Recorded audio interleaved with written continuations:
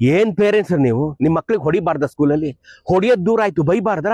ಬೈದ್ರೆ complaint ತಗೊಂಡೋಗ್ಬಿಡ್ತೀರಾ? ನನ್ನ ಮಗನ್ಗೆ ಇವರು ಇವತ್ತು ಮೇಸ್ಟ್ರುಗಳು ಬೈದು ಬಿಟ್ರು, ನನ್ನ ಮಗ ಡಿಪ್ರೆಷನ್ಗೆ ಹೋಗ್ಬಿಟ್ಟಿದ್ದಾನೆ, ಅವ್ನು ಅಳ್ತಾ ಇದ್ದಾನೆ, ಅವ್ನು ಹಾಗಾಗುತ್ತೆ ಹೀಗಾಗುತ್ತೆ. ಏನ್ ಮಕ್ಳು ಬೆಳೆಸ್ತಾ ಇದ್ದೀರಾ? ಯಾಕೆ ಇಷ್ಟು ಸೂಕ್ಷ್ಮತೆಯಿಂದ ಮಕ್ಳು ಬೆಳೆಸ್ತಾ ಇದ್ದೀರಾ?